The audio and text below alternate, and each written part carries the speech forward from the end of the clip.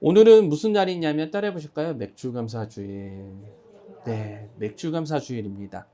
그래서 이 맥주감사주일에 어떤 주일인지 또 이야기를 나눠보고 이때 또 성도님들과 함께 나눌 은혜의 말씀들을 좀 고민해 봤는데요. 제가 부목사로 있을 때는 몰랐는데, 부교육자로 있을 때는 몰랐는데, 제가 담임 목사가 되면서 성도님들께서 감사 생활을 참 잘하고 계신다라는 것을 느끼게 됩니다. 왜냐하면 저희 교회는 주보에 성도님들의 이름을 헌금하신 것들을 넣어드리고 있습니다. 아시죠? 제가 주보를 만들면서 성도님들의 헌금을 이름을 넣어드리다 보니까 성도님들께서 어떤 헌금 생활을 하게 되는지 보게 되더라고요. 보려고 보는 건 아니지만 제가 그렇게 넣어드리는 이유는 이거예요. 성도님들이 헌금을 내신 것을 확인하게 해드리려고 넣어드리는 건데, 어떤 목사님께서는 또 그런 말씀을 하시더라고요. 헌금 명단도 넣지 않으신다. 왜냐하면 그렇게 이름을 적는 게 헌금을 내라는 압박으로 느껴질 수 있으니 그렇게 하시는 분도 계시다라고 이야기를 하시더라고요. 그래서 저도 아마 내년쯤에는 성도님들의 헌금의 이름을 적는 거는 따로 이제 넣지 않으려고 하고 있습니다. 왜냐하면 확인을 하는 필요는 필요한데, 그것을 문자 같은 걸로 대체를 해드리고, 그리고 성도님들의 그 이름이 좀 주부에 들어가지 않으면 좋겠다라는 좀 그게 그 마음이 좀 들어서 말이죠. 제가 헌금 얘기를 했는데, 얼마 전에 김진경 권사님께서 저에게 이런 말씀을 하신 적이 있어요. 뭐냐면, 김명환 성도님과 잠깐 헌금에 대해서 이야기를 나누었는데, 목사님께서 헌금에 대한 이야기를 한번 해주셨으면 좋겠습니다 라는 말씀을 해주셨어요. 저도 이제 그것을 기억하고 있었다가 맥주감사주일에 말씀을 고민하다 보니까 맥주감사주일에 헌금 이야기를 하는 게 맞겠다 싶습니다. 왜냐하면 이 맥주감사주일의 신앙과 우리가 헌금 생활에 대한 부분이 맞기 때문에 그래요. 그것을 가지고 좀 이야기를 나눠보고자 하는데, 오늘은 맥주감사주일이라고 성도님들께 말씀을 드렸잖아요. 구약 성경에는 이 구약 시대의 이스라엘에게 가장 중요한 절기가 3개가 있는데, 그 중에 하나가 뭐냐면 이 맥주절, 칠칠절이라고도 부릅니다.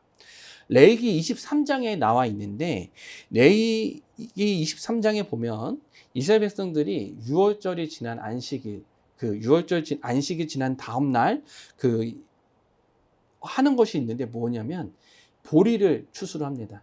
그리고 보리를 이제 추수한 그 한 단의 이삭 있죠. 그 달려있는 것들, 그것들을 제사장에게 가져갑니다. 그리고 그것을 번제로 드려요. 소제로 드리는 거죠. 그렇게 바치면, 하나님 앞에 이렇게 흔들어서 바쳐서 제사로 드리게 되면 이것을 하나님께서 기뻐 받으신다라고 생각을 하는 거예요. 그래서 이것을 처음에 뭐라고 부르냐면, 따라해 보실까요? 초실절. 네, 초실절이에요. 처음 그 맺은 열매를 내는 절기예요. 근데 이것을 내고 난 뒤에 며칠이 지나냐면 50일이 지나면 칠칠절이라고 해가지고 그때는 어떻게 하냐면 밀을 추수합니다. 밀을 추수해서 또 하나님께 올려드려요. 그래가지고 이 밀을 추수한 것을 올려드리면서 가난한 자들하고 함께하는 절기를 칠칠절이라고도 하고, 우리는 맥주절이라고도 합니다. 그래서 어떤 이제 학자들은 이렇게 얘기해요. 맥주절은 틀린 말이다 라고 이야기를 해요. 왜냐하면 처음에 보리를 추수한 것을 올려드리고 50일이 지난 뒤에 이제 뭐예요? 밀을 추수해서 올려드리는 거니까 이것은 말이 맞지 않다라고 이야기하시는 분들이 있어요. 그래서 어떤 분들은 그렇게 또 역사적으로 연구하신 분들이 있더라고요. 뭐냐면 맥주절을 칠칠절이라고 하면은 좀 욕 같아 보여, 칠칠 맞아 보인다라는 것처럼 보이니까 어떤 분들이 맥주라고 지었다라고도 얘기를 합니다만, 중요한 것은 이 초실절부터 맥주절, 칠칠절까지 이르는 기간 동안 우리에게 주는 성경에 놀라운 원리가 하나 들어가 있는데, 그것은 무엇이냐? 따라 해보실까요? 첫 열매. 예, 첫 열매예요. 첫 열매입니다. 레위기 23장 10절 말씀을 저와 같이 한번 읽어볼게요. 읽겠습니다. 시작. 이스라엘 자손에게 말하여 이르라. 너희는 내가 너희에게 주는 땅으로 들어가서 너희의 곡물을 거둘 때에 너희의 곡물의 첫 이삭 한 단을 제사장에게로 가져갈 것이요. 아멘. 좀 제가 성도님들께 설교 시간에 몇 번 얘기한 적이 있는데 뭐냐면 이스라엘 백성들이 그 열매를 맺으면 그 추수를 하게 되면 어떻게 해야 되느냐? 곡물의 첫 이삭 한 단을 제사장에게 가져갑니다. 그리고 이제 제사를 올려드려요. 근데 중요한 것이 있어요. 뭐냐면 그 제사를 올릴 때까지 자신이 수확한 것을 먹을 수 있을까요? 없을까요? 먹을 수가 없어요. 네. 이게 이스라엘이 지켜야 하는 영원한 규례예요. 그러니까 자신들의 첫 예배 하나님께 드리기까지 자신들은 그것들을 손대지 않는 것이죠. 어떠세요? 불편하지 않으시겠습니까? 저는요, 성도님들께 몇 번 이런 이야기를 드린 적이 있는데, 제가 중학교 3학년 때 고등학교 올라가기 전에 방학이 길어가지고 알바를 했다는 거 말씀을 드렸죠. 공정에서 알바를 했는데 첫 월급을 받았어요. 그 월급 누가 가져갈게요? 어머니가 가져가셨어요. 첫 열배니까. 아주 감사하죠. 그리고 또 그거예요. 뭐냐면 제가 이제 신학교를 들어가기 위해서 이제 준비했잖아요. 그 등록금을 준비한다고 했는데 그때는 아니구나. 그때는 등록금을 다 가져가셨고 중요한 건 이제 제가 처음 사역할 때 뭐예요? 그 전도사로 이제 사역하면서 첫 사례비를 받았잖아요. 그거 어떻게 하셨게요? 첫 예물이라고 또 다 가져가셨어요. 아주 얼마나 감사한지 몰라요. 저는요 정말 싫었어요. 그렇게 싫은 거예요. 왜? 참, 아직도 저는 울분이 터집니다. 근데 중요한 것이 있어요. 왜냐하면 가져가실 때 항상 하셨던 말씀이 있습니다. 뭐냐면 첫 예물이라고 하는 거예요. 사실 성경은 첫 예물을 굉장히 중요하게 여기고 있습니다. 왜냐하면 처음에 이제 아담과 하와 창조하고 난 뒤에 가인과 아벨에 드리는 제사에서도 아벨이 드린 제사를 받은 이유 중에 하나가 무엇이냐라고 한다면 그 첫 열매들, 첫 열매들이 그예요. 누구예요? 첫 새끼들, 그 가축의 첫 새끼들을 올려드렸기 때문에 그렇습니다. 여기서 중요한 것은 따라해 보실까? 첫 열매. 네, 첫 열매라는 거예요. 이 첫 열매의 신앙이 우리 가운데 무척 중요한 겁니다. 왜 성경은 첫 열매에 대해서 이야기를 할까? 그리고 왜 첫 열매를 중요하게 여기고 가인과 아벨뿐만이 아니라 레위기에서나 신명기에서나 이런 모든 부분에 있어서 첫 열매에 대해서 이야기를 할까 생각해 보면 우리가 그 신앙을 통해서 우리가 드리는 헌금들의 그 마음을 또한 알 수가 있습니다. 고린도후서 9장 6절부터 15절 말씀은 그 헌금에 대한 부분을 얘기하고 있어요. 이게 첫 열매랑 무슨 상관이 있느냐? 7절 말씀 한번 읽어보도록 할게요. 오늘 본문이죠. 오늘 말씀 7절 말씀 읽어보겠습니다. 시작. 각각 그 마음대로 정한 대로 할 것이요 인색함으로나 억지로 하지 말지니 하나님은 즐겨내는 자를 사랑하시느니라. 아멘. 자, 첫 번째는 따라해 보실까요? 하나님 보시는 것은 마음입니다. 네. 하나님이 보시는 것은 마음이라는 거예요. 하나님께서 보시는 것은 다른 것보다 마음인데, 제가 오늘 이 7절 말씀을 보면 바울이 우리가 헌금하게 될 때 나타나는 모습을 세 가지를 이야기하고 있어요. 첫 번째는 따라해 보실까요? 억지로. 네, 억지로 하는 헌금이에요. 성도님도 억지로 헌금 내보신 적 있으세요? 아니, 저도 그래요. 괜찮아요. 그리고 사실은 원래 예람자매 물어보려요. 예람자매 억지로 헌금한 적 있죠? 저랑 동료예요. 억지로 헌금하는 경우가 있어요. 뭐냐면 이거예요. 이 억지로라는 말은 루페라는 헬라어인데 이게 어떤 뜻을 가지고 있냐면 슬픔, 근심을 가지고 있어요. 어떤 거에 헌금할 때 슬픔과 근심을 가지고 하는 거죠. 마치 이런 거예요. 교회에서 요구하니까 드려야지. 막 이런 거. 성도님들 헌금하세요라고 하면 성도님들 마음이 아파지기 시작하잖아요. 우리 목사님이 왜 돈을 달라고 하시는 거야? 헌금을 내라고 하시는 거야? 뭐 그런 것들이요. 제가 전도사가 되고 부목사가 되면서 가장 어려웠던 부분 중에 하나가 뭐냐면, 저는 그런 교회를 많이 경험해 보진 않았지만 사역자가 헌금 생활을 많이 해야 된다는 거였어요. 근데 어떻게 하라고 하냐면 성도들보다 많이 내라고 하는 교회가 종종 있습니다. 절기가 되잖아요. 그러면 부목사님들이나 전도사님들한테 할당되는 헌금의 금액이 있어요. 부목사는 100만 원, 뭐 전도사는 50만 원, 이런 식으로 이렇게 정해지는 거예요. 그렇게 되면 어떻게 되는 줄 아세요? 부목사들이나 전도사들 사례비가 정말 집꼬리만큼 적어요. 네. 애들이 있는 집들은 더한 거죠. 근데 거기서 그만큼 내라고 하면 힘들게 내는 거예요. 그러니까 주변 사람들 보면 힘든 거예요. 힘들어서 헌금 생활이 이게 하는 게 맞느냐라고 해서 그 교회를 나가는 사역자들도 있었습니다. 근데 중요한 게 있어요. 억지로 하니까 어떻게 돼요? 즐겨낼까요? 즐겨낼 수가 없어요. 절대로 즐겨낼 수가 없는 거예요. 헌금을 낼 때가 되면 어떻게 되기 시작하는 거예요? 고민이 되기 시작하는 거예요. 이 헌금을 어떻게 내야 되나 라는 거예요. 두 번째는 뭐냐면, 따라해 보실까요? 인색함. 네, 인색함이에요. 이 말은 누군가가 말했을 때 강요되어져서 말을 하는 겁니다. 그러니까 사실 이제 억지로나 인색함이 비슷한 맥락이긴 한데, 중요한 것은 무엇이냐면 이런 거예요. 내가 헌금을 드리면서 어떤 마음이 들겠어요?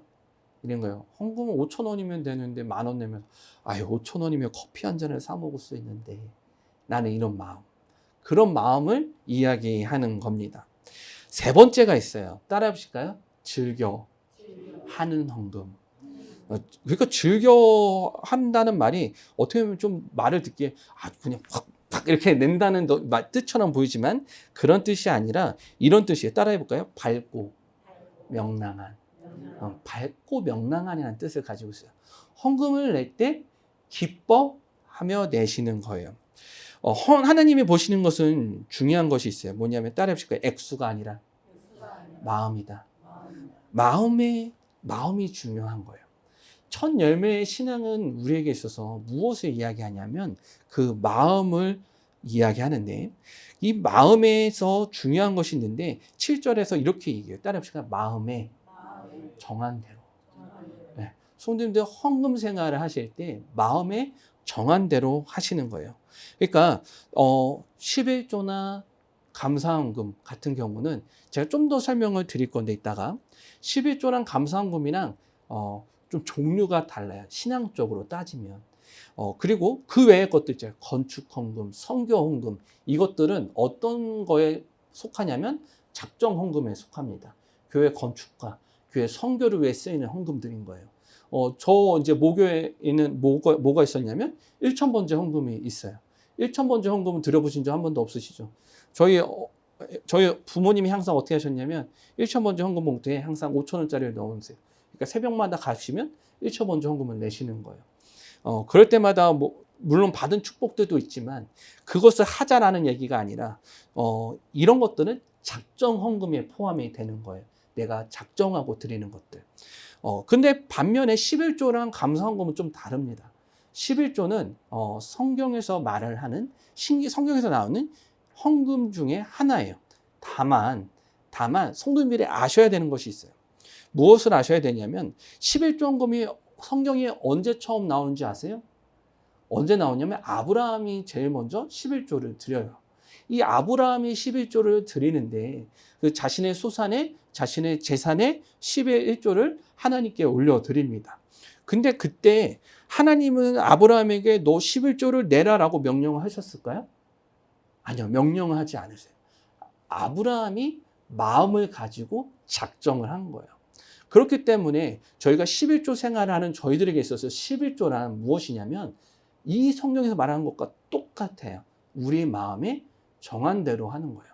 근데 그 정한 대로 할 때 그 기준은 무엇이냐? 따라해 보실까요? 하나님의 백성. 하나님의 백성으로서 내가 하나님의 인도함을 받는다라고 생각한다면 첫 예물로 10의 1조를 드리게 되는 겁니다. 그래서 저는 성도님들께 강요를 드리고 싶지는 않아요. 뭐냐면 11조 하십시오, 마십시오 라고 강요는 하진 않아요. 다만 중요한 것은 내가 하나님을 믿고 하나님을 인정하는 그 신앙이 굳건하다면 우리의 삶에는 그 11조를 통해서 하나님을 인정하는 훈련이 되어 그 신앙이 필요하다는 거예요.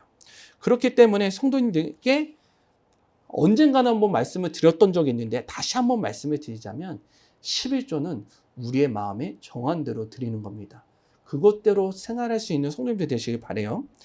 그래서 아브라함이요, 이 11조를 드릴 때 멜기세덱이라는 그 제사장에게도 11조를 드립니다. 근데 드릴 때 그 11조라는 율법이 전혀 없었을 때예요. 그랬음에도 불구하고 아브라함이 드린 이유는 그 사람이 하나님의 제사장이라는 것을 알고 하나님께 드리는 것을 그 제사장에 드렸기 때문에 그렇습니다. 제가 왜 또 이런 이야기를 하냐 하면 11조 이야기를 잠깐 드렸잖아요. 그럼 11조가 뭐 어떤 의미인지는 이해가 되시죠? 그러면 감사도 마찬가지예요. 뭐 어떤 거냐면 이거예요.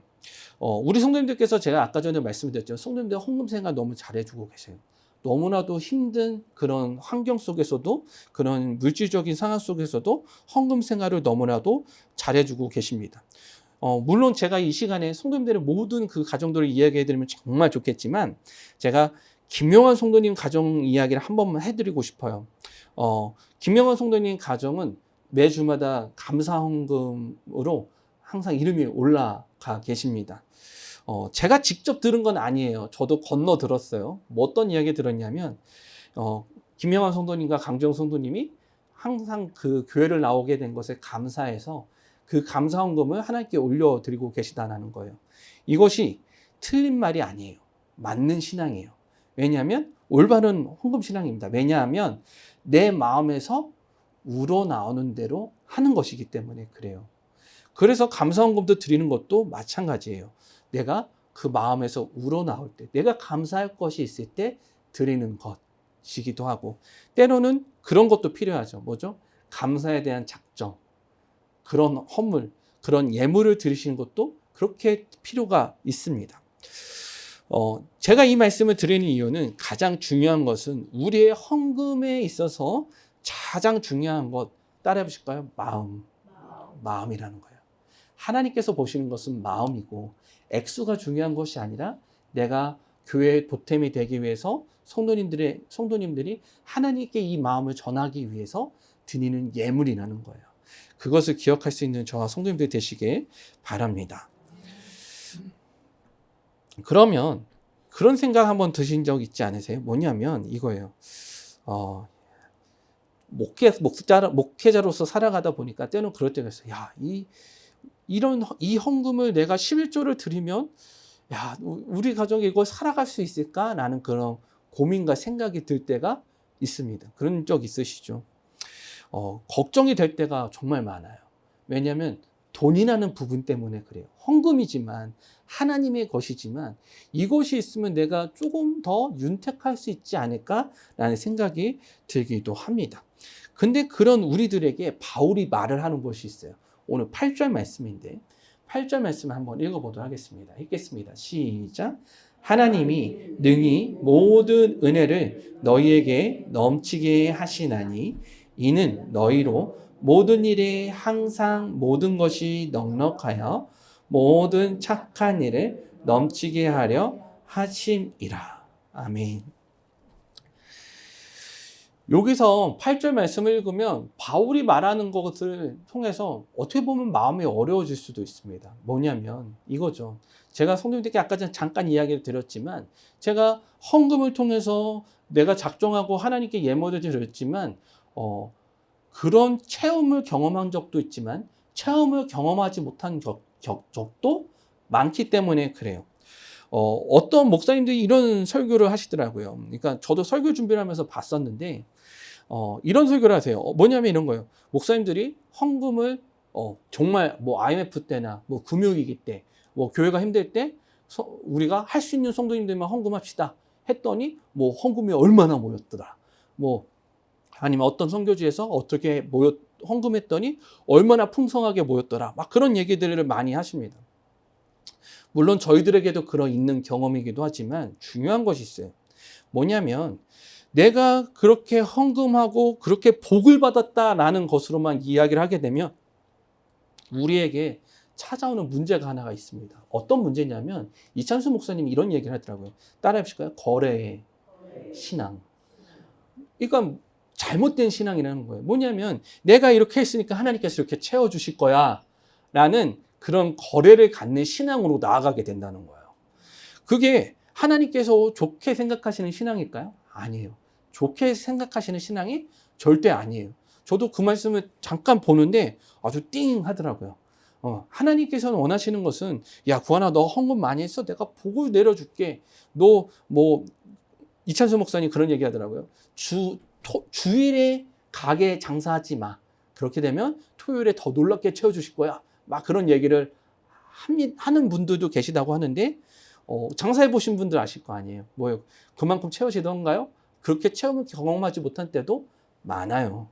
중요한 것은 거래의 신앙이 아니라 이거에 따라해 보실까요? 관계의 신앙. 관계의 신앙이라는 거예요. 관계의 신앙. 이것을 기억하시고 오늘 이제 7절 말씀을 보면 7절 말씀에 뭐라고 되어 있냐? 뭐가 반복이 되어요. 자주 반복되는 것이 있습니다. 따라해 볼까요? 모든이에요. 자, 모든 은혜, 모든 일, 모든 것, 그리고 모든 착한 일. 7절에 보면 네 가지가 아주 강조가 되어 있어요. 하나님께 우리가 예물을 드리면 하나님께서 우리가 주신 것이 있는데 모든 은혜와 그리고 모든 일과 모든 것 그리고 모든 착한 일을 어떻게 하시느냐? 넘치게 해주신다라고 되어 있습니다. 그러면 성도님들 우리에게 이제 질문이 필요한 거예요. 어떤 질문이 필요하냐면 하나님께 예물을 드리면 모든 것을 넘치게 해주신다고 했는데 그럼 물질은요?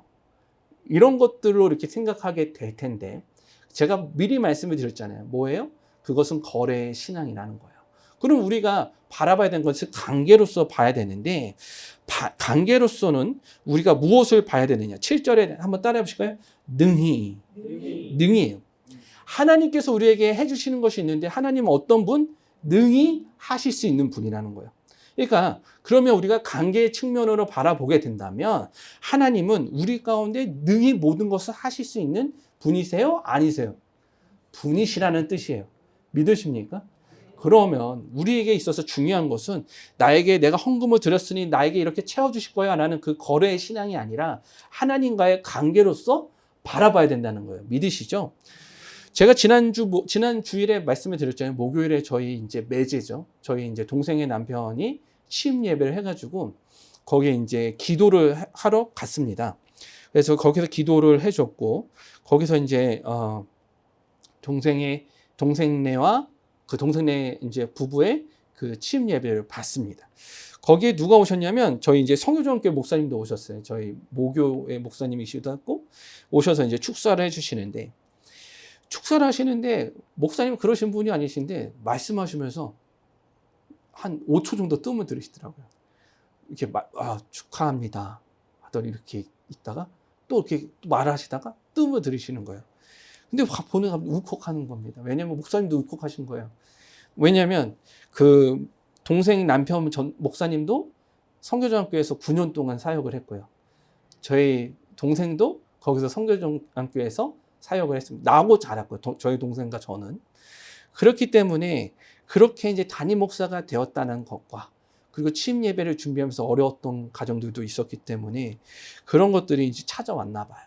그러니까 그 말만 하는데 그걸 보면서 갑자기 울컥하는 거예요. 근데 저만 울컥한 게 아니더라고요. 그래서 성교중학교 성도님들이 오시더니 목사님 말씀하시는데 울컥하지 않으셨어요? 저 눈물이 나서 혼났어요. 막 그런 얘기를 하는 거예요. 취임 예배 때 제가요 기도하다가 갑자기 울컥한 거예요. 그래가지고 갑자기 막 기도를 한참 하다가 기도 제목 적을 때 울지도 않았거든요. 기도 제목 끝날 때 갑자기 막 눈물이 나가지고 어떻게 했는지 아세요? 급히 끝냈어요. 막 울면서. 그래서 제 동생이 끝나고 나서 오빠 주책이라고. 왜 울면서 그렇게 제 동생이 원래 좀 그런 동생이에요. 뭐 찬양인도 하다가 제가 찬양인도 하다가 막 기도할 때 방언으로 기도하잖아요. 그러면 찾아와가지고 예배 끝나고 집에서 오빠 왜 방언으로 기도하냐? 엄청 혼내던 동생이거든요. 그날도요 엄청 소문내고 다니는 거예요. 오빠가 울면서 기도했다 하면서 막 그렇게 얘기를 하더라고요. 근데 성도님들도 그것들을 받고 울컥하신 마음이 있잖아요. 근데 제가 무엇을 이야기하고 싶은지 아세요? 그게 관계예요. 그러니까 누군가의 말하는 것을 보면서 그 마음을 알고 그 생각을 알고 공감할 수 있는 거. 제가 왜 이야기 드리는 줄 아세요? 하나님은 마음을 보신다고 했잖아요. 하나님은 어떤 걸 원하시는지 아세요? 하나님 이거 했으니까 이거 해주세요. 그게 하나님은 원하시는 게 아니라 하나님께서 바라보시는 마음, 하나님이 나를 생각하시는 마음, 그런 관계의 중심을 하나님은 더 원하신다는 거예요. 그러니까 하나님은 우리에게 있어서 야 구하나 너가 헌금 많이 못해도 네가 날 생각하는 마음 내가 너무나도 잘하는데 그게 중요하니? 라고 생각하시는 게 하나님의 마음이라는 거예요. 그렇기 때문에 우리에게 있어서 중요한 거는 우리가 하나님의 마음을 알고 하나님의 생각을 알고 그런 그런 말하지 않아도 알 수 있는 그런 생각들이 채워지게 된다면 하나님께서는 그 마음을 우리의 생각 또한 아시고 하나님께서 능히 우리의 채울 것을 채워주시는 분이시라는 거예요. 믿으십니까? 그것이 오늘 바울이 말하는 그 헌금에 있어서 중요한 생각인 거예요. 그러면 그래서 이 설교를 준비하면서 제가 돌아봤어요. 저에게도 어려웠을 때가 없었겠습니까? 어려운 때가 있었죠. 그리고 뭐 지금도 어려울 수도 있고요. 근데 돌아보니까 물질적으로 힘들었던 때도 있었거든요. 근데 돌아와서 보니 모든 것이 은혜라고 말을 할 수가 있는 거예요. 그때도 이겨낼 수 있었다면 감사. 하루하루를 살아가는 것이 힘들었었는데 그것도 살아갈 수 있었던 것이 감사해요. 왜? 하나님이 나와 함께 하셨다는 그 관계에 믿음이 있기 때문에. 그렇기 때문에 저는 이렇게 고백할 수 있는 거예요. 모든 은혜, 모든 착한 일, 모든 것을 하나님께서 나에게 넘치게 해주셨구나 라는 고백을 할 수 있게 되었더라는 거예요. 사랑하는 성도님들, 그런 고백을 할 수 있는 저와 성도님들 되시길 바랍니다. 네. 하나님께 마음을 두고 하나님께 올려드리며 나의 삶 가운데 어려운 것들이 찾아올지라도 그 관계를 통해서 이겨내고 모든 것이 충만히 채워주신 하나님의 은혜라고 고백할 수 있는 저와 우리 성도님들 되시길 바랍니다. 자, 그러면 이제 뭐냐면 우리가 그렇게 드리게 될 때 우리에게 그런 찾아오는 신앙의 은혜들이 또 있다는 거예요. 그러니까 하나님께서 모든 것들이라고 하시면서 넉넉하게 풍성하게 채워주신다라고 했는데 그럼 무엇이 그렇게 풍성하게 채워주실까? 12절 13절 말씀이에요. 저같이 한번 읽어보도록 할게요. 읽겠습니다. 시작. 이 봉사의 직무가 사람들이 하나님께 드리는 많은 감사로 말미암아 넘쳤느니라. 이 직무로 증거를 삼아 너희가 그리스도의 복음을 진실히 믿고 복종하는 것과 그들과 모든 사람을 섬기는 너희의 후한 연보로 말미암아 하나님께 영광을 돌리고. 아멘. 이 첫 열매의 신앙으로 우리가 첫 열매를 드리게 될 때 얻게 되는 신앙의 유익을 바울 사도는 이야기하고 있습니다. 한번 잘 보셔야 돼요. 자, 첫 번째 어떻게 되냐면 우리가 첫 열매를 드려요. 기쁨으로 밝고 명랑한 즐겨하는 마음으로 드려요. 드리면 두 번째 어떻게 되느냐? 우리가 드린 헌금이 어려운 이들의 필요를 채우게 됩니다. 믿으시죠? 그래서 이렇게 얘기해요. 성도들의 부족한 것을 보충할 뿐 아니라 라고 되어 있어요. 그러니까 우리의 그런 드리는 헌금이 성도들의 부족한 부분들을 보충하게 돼요. 세 번째 어떻게 되냐면 도움을 받은 사람들이 뭐라고 해요? 하나님께 감사를 드리게 된다라고 되어 있어요. 그러니까 사람들이 드리는 감사로 어떻게 되느냐 따라 해보실까요? 넘치게 된다. 넘치게 된다는 거예요. 그러니까 저희가 드리는 그 예물을 통해서 많은 사람들이 도움을 받고 그 많은 사람들에게 감사가 넘치게 되는 풍성함의 역사가 나타나게 되는 것이죠. 그러면 네 번째는 또 어떻게 되느냐? 그 감사함을 받은, 도움을 받은 사람들이 우리를 위해서 간구한다라고 14절에 이렇게 되어 있어요. 그러니까 도움을 받은 사람들이 우리를 위해서 기도해 주는 거죠. 어떻게? 저 이해숙 집사님, 우리 송복래 권사님, 김정은 권사님 더 잘 돼야 될 텐데 라고 그렇게 마음으로 하는 그 자그마한 음성이 기도가 되어 올라간다는 거예요. 믿으시죠? 그리고 마지막으로 어떻게 되느냐? 그 기도에 대한 응답으로 하나님의 더 큰 은혜가 임하게 된다는 거예요. 믿으시죠? 그게 하나님의 역사고 감사의 선순환이에요. 그것이 감사의 놀라운 열매의 모습이라는 겁니다. 우리가 올려드린 그 자그마한 열매 하나가 감사를 풍성하게 넘치게 하고 그런 풍성하게 넘치게 함으로 말미암아 많은 이들이 은혜를 감사를 올려드릴 수 있는 부분, 그것이 감사의 모습이라는 거죠. 그러면 이거예요. 중요한 것이 있어요. 뭐냐면 어떤 목사님이 이런 이야기 하시더라고요. 뭐냐면 갚을 길 없는 한 사람의 축복 기도가 목사의 축복 기도보다 더 큰 능력이 있다. 이런 말씀하시더라고요. 아주 대단한 말씀하셨어요. 그러면 또 목사로서 또 가오가 상하지만 그래도 아주 좋은 말씀이셨어요. 뭐냐면 성도님들의 자그마한 그 축복의 감사의 기도들이 정말 세상 가운데 더 풍성한 열매를 맺히게 된다는 것을 기억할 수 있는 저와 우리 성도님들 되시길 바랍니다. 그래서 15절 말씀을 저같이 한번 읽어볼게요. 15절 말씀 함께 읽겠습니다. 시작. 말할 수 없는 그의 은사로 말미암아 하나님께 감사하노라. 아멘. 모든 것이 하나님께 영광이 되어서 하나님께 감사로 나아가게 하는 것. 이 말할 수 없는 그의 은사는 무엇이냐? 그러니까 우리가 섬기는 그 첫 열매의 그 마음들 있잖아요. 우리가 하나님께 드리는 하나님의 것들이라는 것, 그 마음으로 올려드리는 그 모든 것들이 하나님 앞에서 쓰여지고 하나님께 영광을 나타나게 된다라는 것입니다. 그러면 성도님들 우리가 생각해야 되는 것이 있어요. 뭐냐면 우리의 마음이 허투루 쓰일까요? 잘 쓰일까요? 잘 쓰인다는 것. 하나님 앞에 영광을 올려드리면 하나님 앞에 귀하게 쓰인다는 것을 믿으시는 저와 성도님들 되시길 바라고 그것을 우리의 자녀들 가운데 심겨야 돼요. 그냥 우리가 올려드린 헌금이, 우리가 올려드린 예물이, 우리가 올려드린 마음이 하나님 앞에 귀하게 사용된다라는 믿음을 가지고 더 감사와 은혜를 넘치게 한다는 것들을 고백하며 나아갈 때 우리의 자녀들 또한 하나님께 마음을 드리며 마음을 고백할 수 있는 자녀들이 될 것이라는 것을 기억할 수 있는 저와 우리 성도님들 되시길 바랍니다. 자, 그러면 이 자리에서 이렇게 결단해 보실까요? 첫 열매의 신앙으로 살아가겠습니다. 네. 이 첫 열매의 신앙은 하나님을 인정하고 하나님께서 우리를 채워주신다는 그 믿음, 그리고 그 받은 것들을 흘려 내보낼 수 있는 그 믿음, 그것으로 살아갈 수 있는 저와 우리 성도님들 되시기 바라고 이 맥주감사 주일에 그 첫 열매의 신앙으로 감사하며 흘려보내는 데 부족함이 없는 저와 우리 성도님들 되시길 바랍니다. 나아가 헌금하는 데 있어서도 자유로워지시길 바랍니다. 부담 갖지 마시고 성도님들이 하나님을 생각하는 마음으로 하나님께 올려드리고 그것들이 하나님 앞에서 귀하게 쓰인다라는 그 믿음을 가지실 수 있는 저와 우리 성도님들 되시길 바라겠습니다. 기도하시겠습니다.